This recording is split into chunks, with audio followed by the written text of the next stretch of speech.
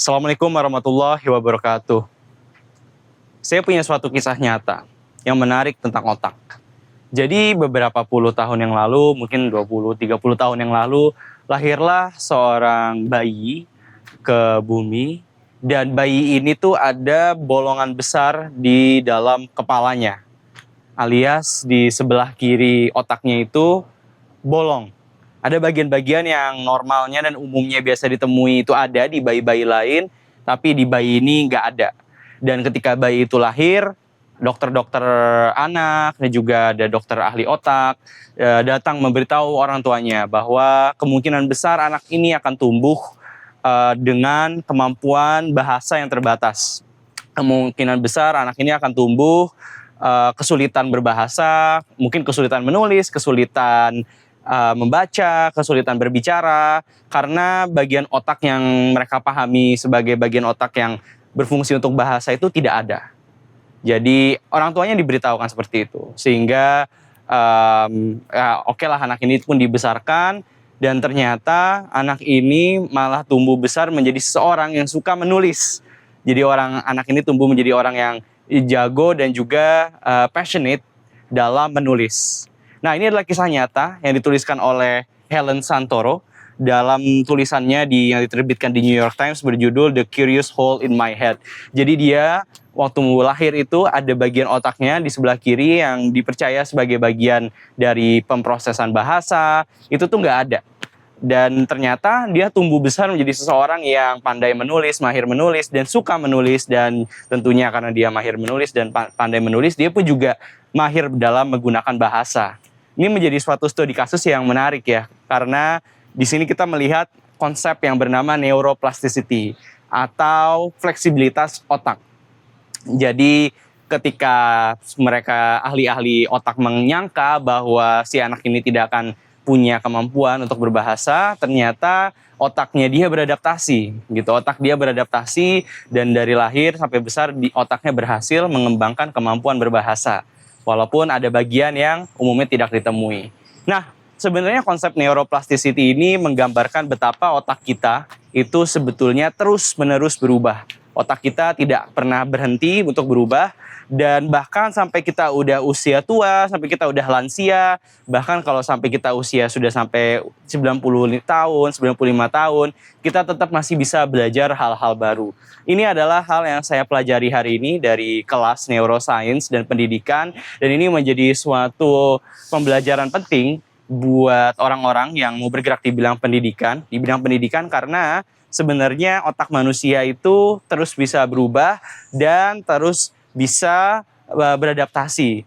Nah, perubahan-perubahan ini tentu bisa karena belajar ya. Kita bisa belajar suatu hal yang baru, kita bisa belajar bahasa baru, atau kita bisa belajar matematika, belajar fisika, belajar sosiologi, apapun itu, belajar hal-hal yang baru. Tapi sebenarnya otak kita juga bisa berubah oleh kejadian-kejadian yang terjadi di hidup kita. Jadi otak kita bisa berubah karena adanya musibah, contohnya karena ada musibah yang bisa menyebabkan kita menjadi berubah, dan juga karena kejadian-kejadian positif. Contohnya misalnya kita punya anak gitu ya. Ketika seseorang punya anak, maka otaknya akan berubah gitu. Bahkan kalau misalnya perempuan pun juga kalau misalnya sudah menjadi seorang ibu, ada perubahan-perubahan yang terjadi dalam tubuhnya dan juga di dalam otaknya. Nah, ini adalah suatu hal yang alami, manusia otaknya tidak akan pernah berhenti berubah, dan memang perubahan-perubahan otak ini membuat para ahli-ahli psikologi dan juga ahli-ahli kognitif psikologi ya, psikologi otak dan psikologi kognitif, dan juga para ahli-ahli otak jadi bisa mempelajari kira-kira apa sih bagian-bagian otak yang penting dan bagian-bagian otak apa yang kalau misalnya hilang akan menyebabkan perubahan-perubahan. Ini ada suatu kisah yang menarik ya. Jadi dulu itu pada tahun 1800-an akhir itu tuh ada seorang pekerja, rel ya. Jadi dia kerja di rel.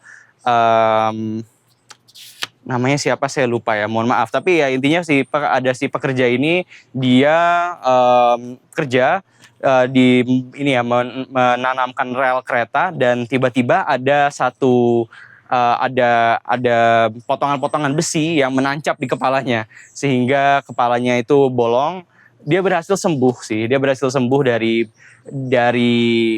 kejadian tersebut. Dia berhasil pulih.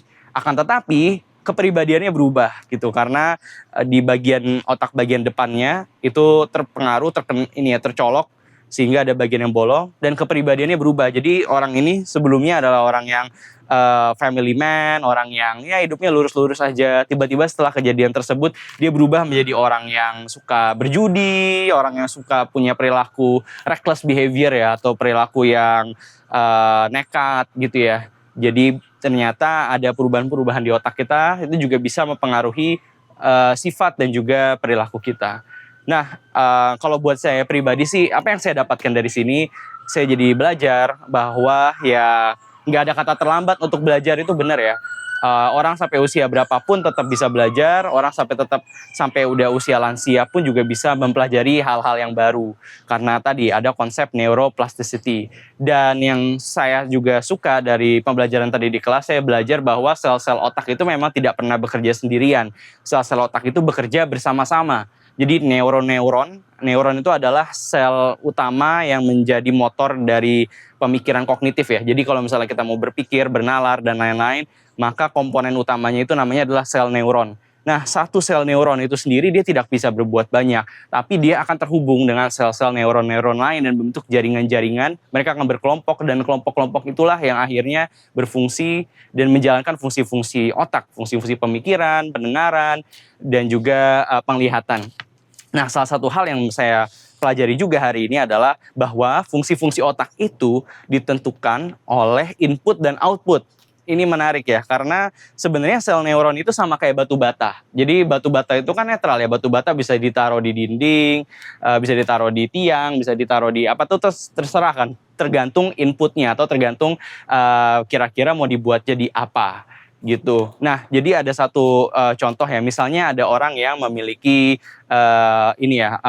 tunanetra ya, orang yang tidak bisa melihat gitu ya, atau orang yang mungkin tidak bisa mendengar. Maka bagian-bagian otak yang biasanya digunakan untuk melihat atau yang digunakan untuk mendengar, untuk kasus teman-teman yang tuli, itu pada akhirnya sel-sel otaknya beradaptasi dan ada bagian-bagian fungsi-fungsi lain yang menyerap daerah tersebut gitu. Jadi misalnya di bagian tadi ya di orang yang mungkin tidak bisa melihat, maka bagian otak yang biasa untuk melihat itu kemudian diserap oleh bagian yang biasa memproses pendengaran. Makanya mungkin kalau buat teman-teman yang tunanetra ya, yang mohon maaf nih kalau saya salah ya, tapi teman-teman yang blind, yang tidak bisa melihat, itu biasanya punya pendengaran yang mungkin bisa jadi lebih sensitif dibandingkan orang-orang biasa. Karena tadi itu ya, karena sistemnya itu, sistem otaknya itu juga sudah ada perubahan dan sel-sel neuronnya, sel-sel jaringan otaknya itu juga menyesuaikan dengan keperluan.